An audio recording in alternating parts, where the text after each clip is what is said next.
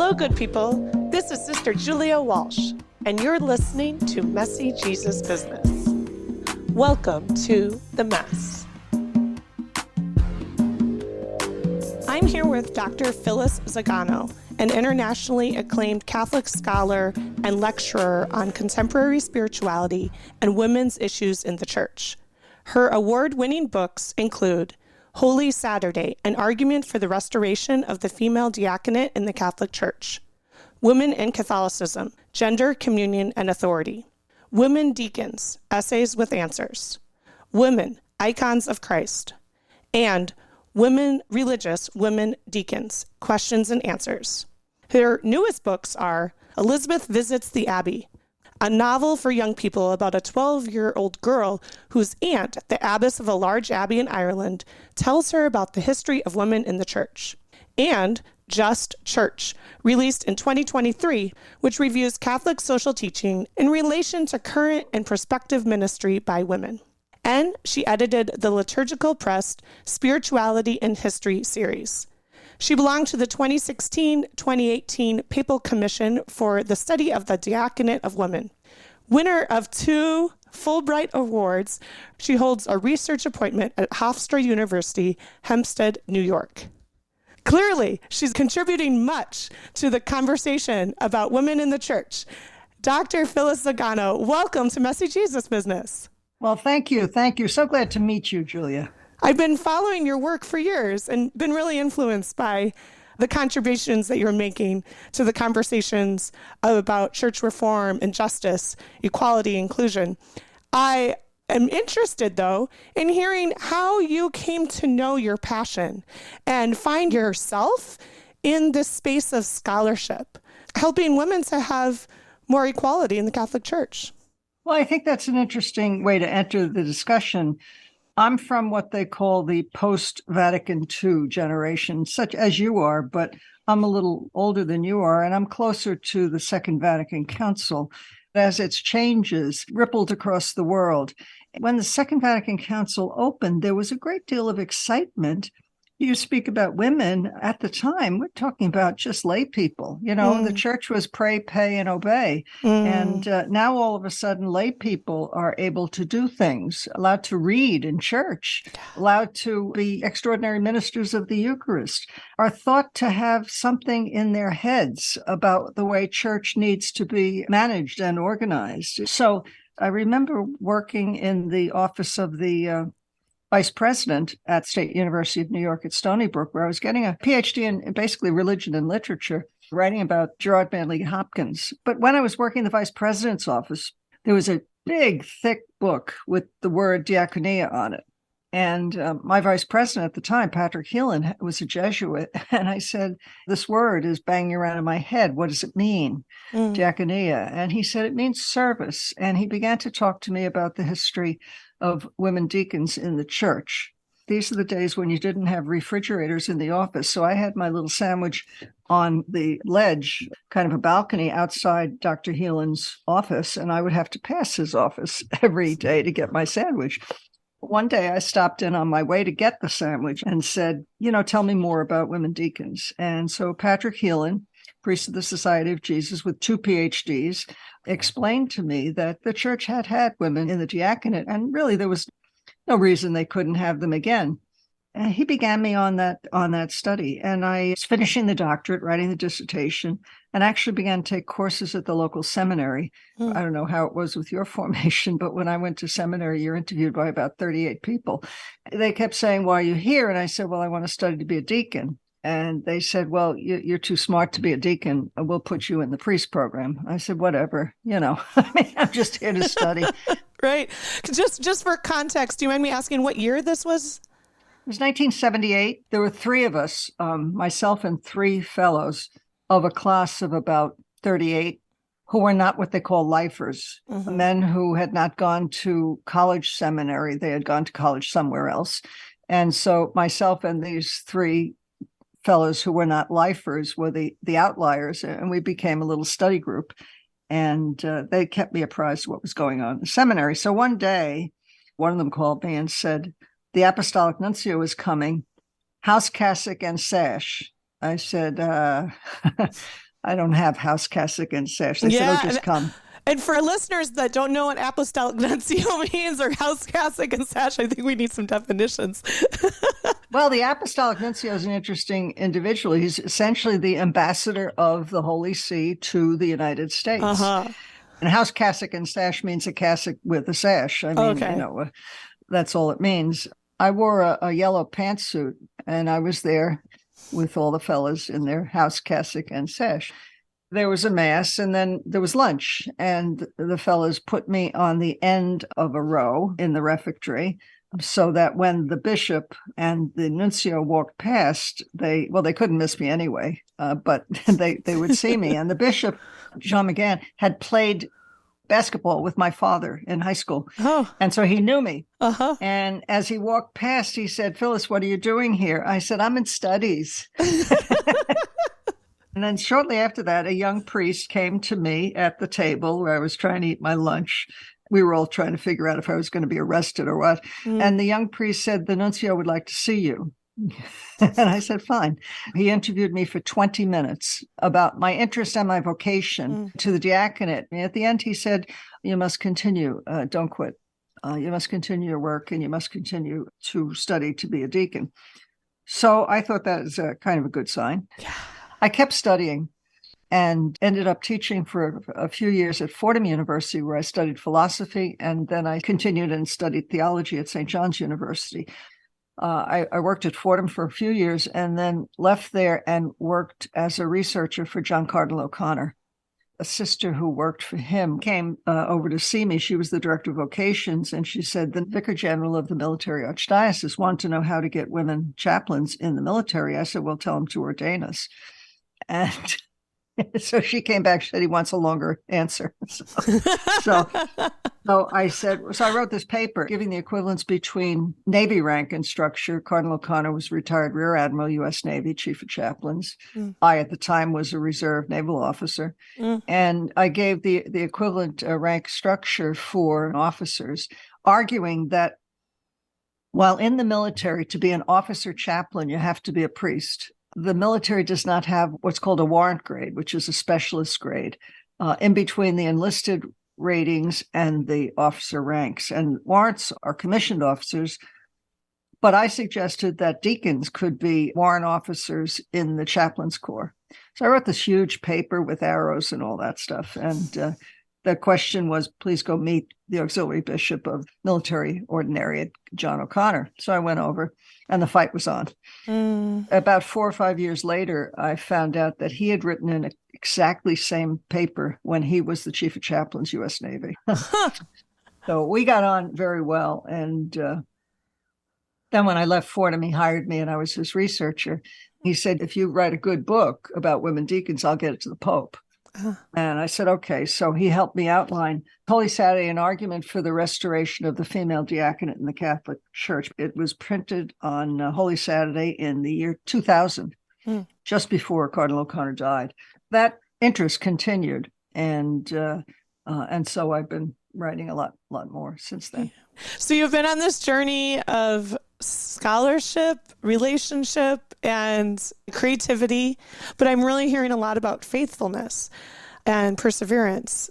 Along this journey, what have you discovered about the relationship between call and choice? It sounds like you felt very called to the diaconate during that time when you had that lunch with the sandwich. That call has never gone away.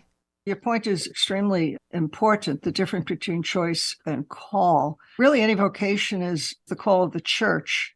And I have said many times, if the church needs women deacons, women ordained as deacons, it will not be denied. But the fact is, it's not something you sit in your study and invent for yourself. It's something that you are called to, not only in prayer, but also by the people around you, the people who examine you. And I refer back to the 38 people who examined me when I was going to seminary. And since then, I mean, various formative experiences I've had. I've made the exercises of St. Ignatius of Loyola, the 30 days twice. And you just keep talking in both private and public fora. One of the questions I get even now, it's very interesting, and mostly from men and mostly from priests, is why do you stay and how can you stand it? And it's not about me needing to be ordained. I think it's more important for me to be who I am. I mean, I listen to people, whether I'm ordained or not. You know, you try to help people whether you're ordained or not. You do your work whether you're ordained or not. But the question, why do you stay and how can you stand it? To me, it's not only formative, it's also encouraging. I was in Mass one day and a woman who is interested in the topic of women ordained as deacons, she said, "Oh, you give me such comfort to see you at Mass that you're still going." I was like, well, yeah. And I think part of it is sometimes I look at what happens in our church in terms of what the hierarchy and priests say and do and things. I'm like, oh, guys. There was some comments made about me not too long ago by priests, and some people were very upset. I said, it's okay. I went to co-ed 8th grade. I get it. Zing. There's big problems. Formation for ministry involves spiritual, human, intellectual, and pastoral formation. And I think some of those pillars are not so well shored up in some seminaries. And I'm not the first person to say this. There's a great deal of discussion about seminary formation. Yeah. But I think at the root of it, if we're talking about how a woman can manage in the church, you really simply have to have the attitude, come on, boys, you know. Let's go. Right. Let's go. It's okay. Yeah. It sounds like you really have to practice the forgiveness that Jesus has modeled and the mercy, right? We continue to pour it out. And the other thing that I'm reminded of is how years ago, early on in my formation with my community of sisters, one of the elder sisters in my community was explaining to me that if you get up from the table and you leave the table, then you lose your influence. Because I was trying to make sense of like, how do you end up having conversations with all these people that are trying to make you into enemies, but you just seem to stay with them and you keep listening and you keep dialoguing and you keep learning. And there's an element of fidelity in that posture. And she's like, well, yeah. Stay at the table. That's what Jesus taught us to do. And that's a theme through the Gospels over and over. Jesus at the table, at the table, at the table. Well, it's true. But you know what, Julia? The working document for the ongoing synod on synodality says enlarge the space of your tent. And that is, I think, a very interesting image because it's not only do you have to let people in the tent, you've got to make it bigger so more people can come in. And that, I think, is what the church is struggling with worldwide in terms of how this discernment process is working, can work, will work, should work. Yes, you have to stay at the table. You have to listen to discussion that you might find unworthy. It's not helpful to reduce yourself to name calling, which I've been subject to certainly throughout my academic career, but to simply try to understand in the common parlance, the thing would be where the other one is coming from, you know, and sometimes it's lack of charity. Sometimes it's lack of information. Some of the information that I read, whether it criticizes me directly or indirectly, I kind of can't answer directly. You know, I can just listen to it because it's so bad that, you know, and you feel sorry for people who are so misinformed. So the only thing I can do is keep publishing. What you're describing there is reminding me of how it's biblical. The prophetic voice is silenced and worse. There's the attacks and struggles, and there's other people that are eager to hear it and they'll uplift it and give you the biggest megaphone they can. So both things are happening, which causes me to be curious about what you would have to say for all of us Christians or people on the fringes of faith in general. What are you learning about how to dance with power and know our own power as we're advocating for justice for the common good? Well, again, who is holding the power? No one has power unless you give it to them. Now, obviously, in certain situations, one must accede to power. I can't decide that I'm going to fly to Europe without a passport. However, it's not a question, I think, of objecting to power. If you're talking about so-called power in the church, it's rather cooperating with it, with the understanding that we're all on the same journey. that we are trying to assuage our fears of death. We're trying to live good lives, Christian lives or otherwise religious lives.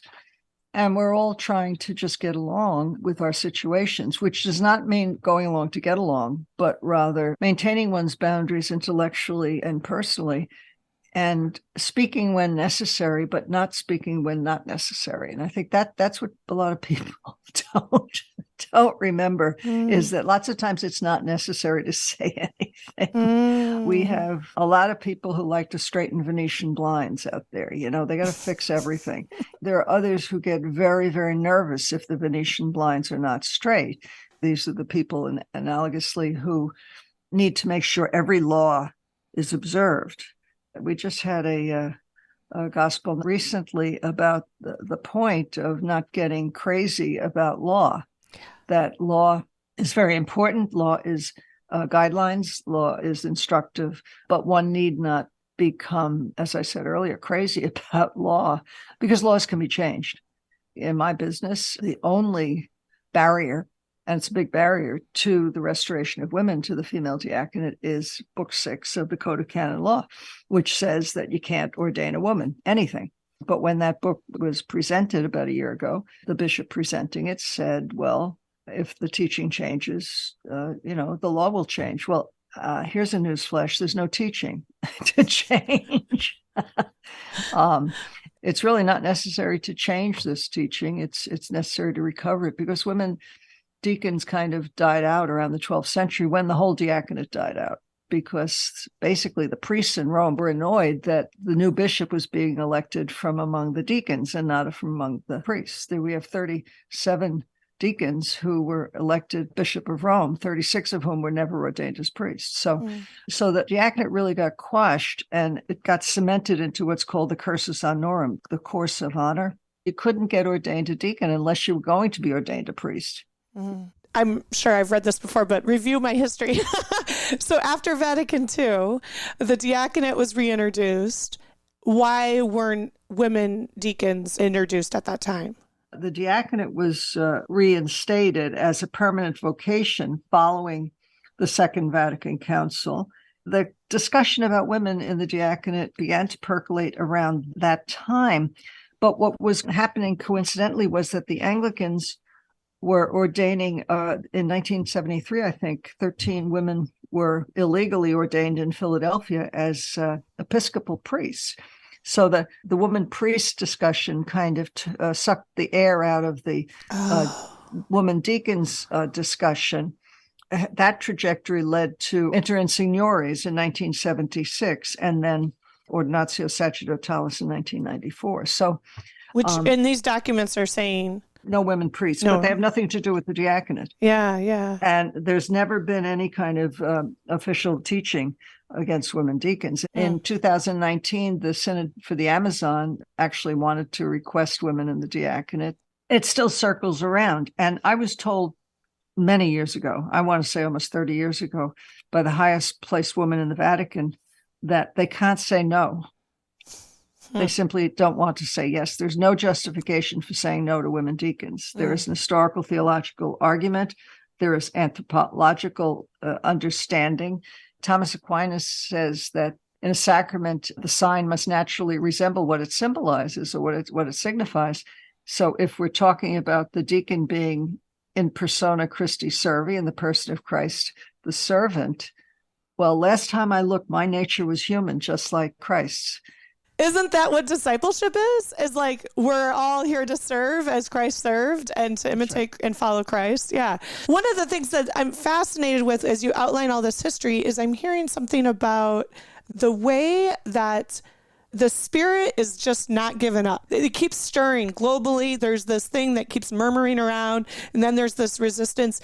One of my roles as a sister is I'm the vocation minister for my community of sisters. And so I meet with women who are trying to understand what they're really called to in their life, what their vocation is, and whether they're really meant to be a sister or not. One of the things I find myself telling them regularly is, if you can't stop thinking about it, then you're probably supposed to pay attention to it, right? It seems to me that that's what's been happening for 2,000 years since throughout church history, is the Spirit has been working and bubbling this desire in hearts and minds, in scholarship, but in the grassroots. I mean, yeah, the Synod on the Amazon, I think, is real evidence of that. The people there definitely said, yeah, we want women deacons. That would be really helpful. They're already doing the church anyway. Let's make it official now, please.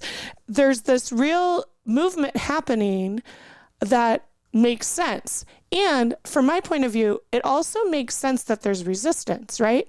Because again, back to what I understand about energy and change and prophetic movements, there's a wrestling that needs to happen for the next thing to unfold to help us come to a place of clarity together. I don't know if that matches your understanding and experience, but that's what's coming to mind as I listen to you. Well, that's a beautiful example. And in terms of you can't stop thinking about it, I'm doing a study right now of the documents as published by the various dioceses in the United States. And almost all of them talk about women in the church. And only 2 that I've found have this false notion that, interestingly enough, both married priests and women deacons are doctrinally forbidden. That's 2 of 178 dioceses. And the other 176, I mean, as exemplified by Cardinal McElroy's article in America Magazine, there's no doctrinal teaching against women in the diaconate. And I find it keeps coming up. So if they can't stop thinking about it, to use your words, then it needs to be an understanding that the Spirit is saying something in our churches. And it's not just our Latin Catholic Church, it's the Orthodox churches in the United States and elsewhere. And it is the Eastern Catholic churches. You know, we have 23 Eastern Catholic churches. So as this discussion reverberates worldwide, I think we're going to find that it truly is the voice of the Spirit. If the world can't stop talking about this and thinking about it, then it should be an invitation to the church to restore women to ordained ministry. Why can't women have the opportunity to have the blessing of an ordained minister who has faculties and is incarnated in a diocese? Why can't the interest and the blessing of the bishop flow through her to the woman to whom she is ministered? And there are practical reasons for it too, you know. But I'm still curious about how you understand faith. What is faith? And how does faith influence you and your persistence in your scholarship, your devotion? You continue to show up to church even though the church never ordained you a deacon. Well, faith is the evidence of things longed for, I think. We are all on a journey. We are all hopeful and hope-filled that there is something else. And the something else is evidenced in my life by the everyday Christs that I meet. You see God's touch in so many ways that you either believe or you want to believe. If people have trouble with faith, then the request needs to be, please help me believe. And that in and of itself, if you have the faith to know that you can ask God and admit the tragedy of your fears to God, then that is faith. I think sometimes we're concerned or we get convinced that it's all about me and Jesus and I'm supposed to sit in the corner and get gooey, nice feelings. Well, that's okay, but it's not, to me, what it is only about. And I think we need to recognize that we are part of the larger project of bringing the world to an understanding of how Christ can act and how Christ is in the world. So faith, I think, as it is expressed both in hope and in charity, and the cardinal virtues, therefore, would be the pillars upon which my life would stand. What I'm hearing there is something that's helpful to me about faith being something about intention and relation. And it's not necessarily about attitude or posture or even what makes sense in our minds. And it reminds me that I was recently at a meeting and we were doing one of those team building exercises, buzz around the room. And I was asked to stand under the type of identity that gave me the most joy. And then later the identity that I struggled with the most. And for both, it was my religious identity. And then we were asked to talk about it. And I found myself admitting that I experience so much joy and consolation, and I struggle with my commitment to being a Catholic woman religious as well. And some days I show up out of habit because I'm committed to it, because I took a vow to this. And if I'm honest with myself, I don't know what I believe a lot of the time. I just know it's where I belong and where I'm meant to be. And it helps me to be my truest self. And I think I'm learning that that's faith too. Faith is about belonging and recognizing what helps a person to become truest to who they are. It's not necessarily an intellectual exercise. It doesn't always come through reason. Faith seeking understanding, as Anselm would say, more than faith and reason. But I think if anyone is waiting for certainty, one will never get out of bed. I have a friend, a Carmelite sister, who is so joyful. And I remember years ago, I was like, I think it'd be an interesting thing to just decide to be joyful. And one need not be a grump. I think that one needs to get out of bed and decide to be joyful and look at the other person, because the other person may be struggling with faith or with life or with bunions, or you don't know. Right. You don't know. And you just need to be, I like the term goofy, but I'll say goofy. Sometimes, sometimes silly, or just to be happy without being disrespectful. Somebody told me once, you need to compliment the first three people you see in the morning. Hey, you're looking great. Your hair's good. Oh, what a great jacket. And that kind of makes you feel better too. I find myself at communion, depending on where I'm sitting, praying for the people as they go up, because they are encouraging me. Yeah. They have something else to do as well. Yeah. They may have a kid on their shoulder, or they may be on a cane, so faith, I think, cannot be disconnected from hope. But definitely cannot be disconnected from charity. And the deacon, as you know, is ordained to the word, the liturgy, and charity. That is the job of the deacon. Right. And every baptized Christian, or every child of God in general. So I want to hear a little bit about your latest book before we wind up, sharing about Just Church and how you're hoping this could influence parishes and faith-sharing groups and help people to have conversations about social teaching and synodality. Right.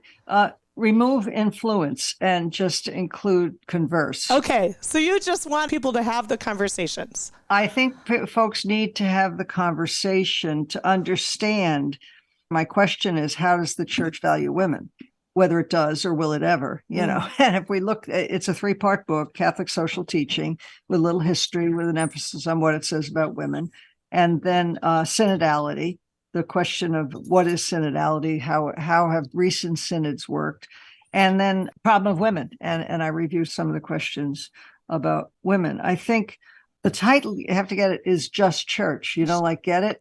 Just Church. Simply church, but a just church. I get it. We need to nail down justice into action. And to me, there's a little bit too much talking. What I have at the beginning, and you can see my roots in some of my degrees in English, I have the Yeats poem, The Second Coming. It says, "What rough beast, its hour come round at last, slouches toward Bethlehem to be born." The point of having that as an epigraph is the center cannot hold. And that's what I fear. And that's why I think people need to talk about justice in the church in various ways, to understand its history, to understand the history of Catholic social teaching. It's amazing. We talk about economics. And really, people say it only began in 1891 with Rerum Novarum, meaning new things. Well, what was going on in 1891? You had incredible problems in the developing world in Victorian era. Read Dickens to find out what it was like then. And if you look at the criticism of Leo XIII at the time, those criticisms are being levied today by Pope Francis in Africa. Yeah. The same thing is happening. People are just cogs in an industrialized world. People can't eat. They have nothing to eat. They have no place to sleep. They have no government structure. They don't even have roads in front of their houses. They may or may not need them. So to understand Catholic social teaching and then understand how synodality in the past 10 years, really with Pope Francis, has developed the notion of understanding how modernity is damaging the planet, and is damaging individuals. You think of Laudato Si. And then, of course, the question of women. What can be done? How can it be done? My big question is, Julia, when a woman is hired by the church, is she hired? I have some statistics in the book about how women are not really terribly well paid or well hired by the church. The housekeeper is often given 10 hours a week. Women are now increasingly moved into administrative jobs by Pope Francis. And I have a whole list of women who are working in curial offices. But administration is not being ordained. Management is not ministry. And I think the end of the story is, if the church is going to apply its social teaching and its teaching of Christianity to the world, it needs to say women are made in the image and likeness of God. I was told by an official of the Congregation for the Doctrine of the Faith that women cannot be ordained because women cannot image Christ. And I explained that was heretical, but it's the opposite of what I taught my ninth graders when I was a teacher. Exactly. But here's a newsflash. He was an official of the Congregation for the Doctrine of the Faith. So as long as the Vatican has that attitude and transmits that attitude to the world, as long as the church is saying that women can't image Christ, that women are not made in the image and likeness of God, how are you going to tell some husband he can't beat his wife? How are you going to tell some husband he can't rape his wife? How are you going to tell some fella that he needs to get married if he made a baby? That to me is the bottom line here. So in the book, Just Church, I'm drawing the line between Catholic social teaching and the teaching of the gospel. With the Catholic social teaching is really the explication of the gospel in the world. And the notion of synodality, the commission I was on was the first commission in the history of the church that was 50% female. 2,000 years. Goodness gracious. Right. And then, of course, the questions about women. So thanks for mentioning the book. I have it in Kindle and it's print on demand. So your listeners in Australia can get it. Yeah, there you go. Shout out to my friends in Singapore. Thank you so much. It sounds like a book that I would have loved to have read back in college when I was falling in love with the Catholic Church and realizing the reason I'm Catholic is because of Catholic social teaching. And that's what keeps me here, because I believe in the dignity of every person and I want it to be honored all the time in every way. Amen. So you go, girl. You go, girl, too. Thanks so much, Phyllis, for this conversation. There's just 2 more questions. I would love to hear you talk about what's messy about being a member of the church, a woman in the church, being faithful, being on this path of discipleship. Well, what's messy about being a woman in the church is the fact that some fellas, when they ordained, they get terribly condescending to women. They talk to you like you're a 5th grader. And that to me it's really unfortunate. I think that would be the main thing that I would say in answer to your question. We heard each other. Yeah. We heard each do. other. We do. I kind of laugh at these fellas, as I mentioned earlier, the human formation of some fellas in seminaries is just terrible. It has to be removed from the clerical case. And this could happen with women as well. The supercilious church lady could be just as bad. I think that I may know more than you, but I am not more than you. And the fact that I am not the same, but equal to you, needs for you to treat me and for me to treat you with ultimate respect, because I need to see Christ in you. Sure is messy, but we're in this together. We are all in this together. And then, there are the others, all the scandals about sex and money. That's heartbreaking. It really is. Bad liturgies, bad preaching, everything that one can criticize. But I think it's more useful to look at what can be positive about our experience of church. Peter was not the sharpest tack on the board. And Jesus had a crew of guys who've got a bunch of basically teenage guys running around trying to convince the world that this fellow's the Messiah. and he's got good ideas. So I don't think it's the actual people that matter that much. I think it's the message. And so what's messy in the messy Jesus business is that people, I think, too often focus on the mess. And that is what it's about. It's not about the process. It's not about the law. It's not about who gets to wear what or do what or say what. It's about Jesus. And until and unless individuals are happy with that in their hearts, they'll be terribly, terribly disappointed, no matter what church they go to, whether it's Catholic or Lutheran or Anglican or something else. One needs to be looking for Christ in the world, not for the mistakes that the world makes about Christ. Amen. You said it. Oh, Phyllis, thank you so much for all your time.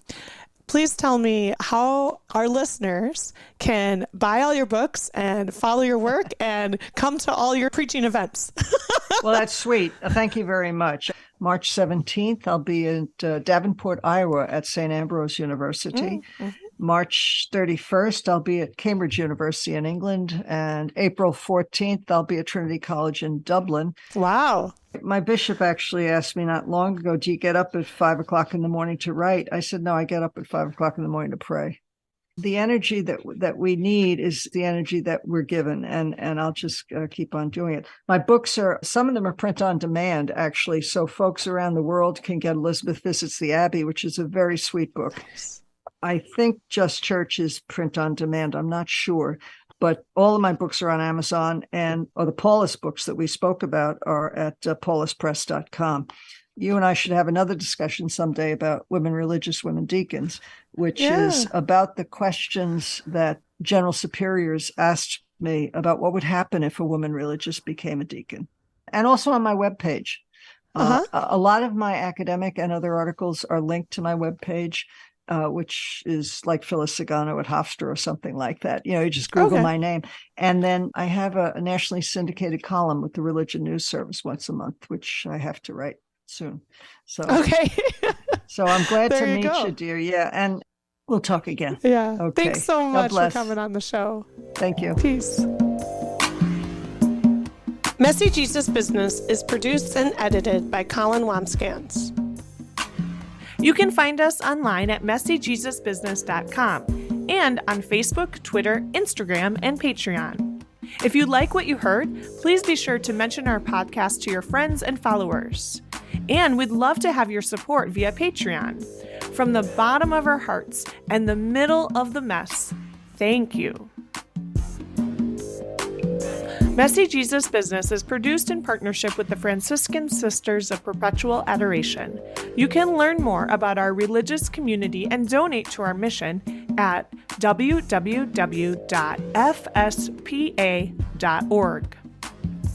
I'm Sister Julia Walsh, and I'll catch up with you next time. Until then, peace and all good.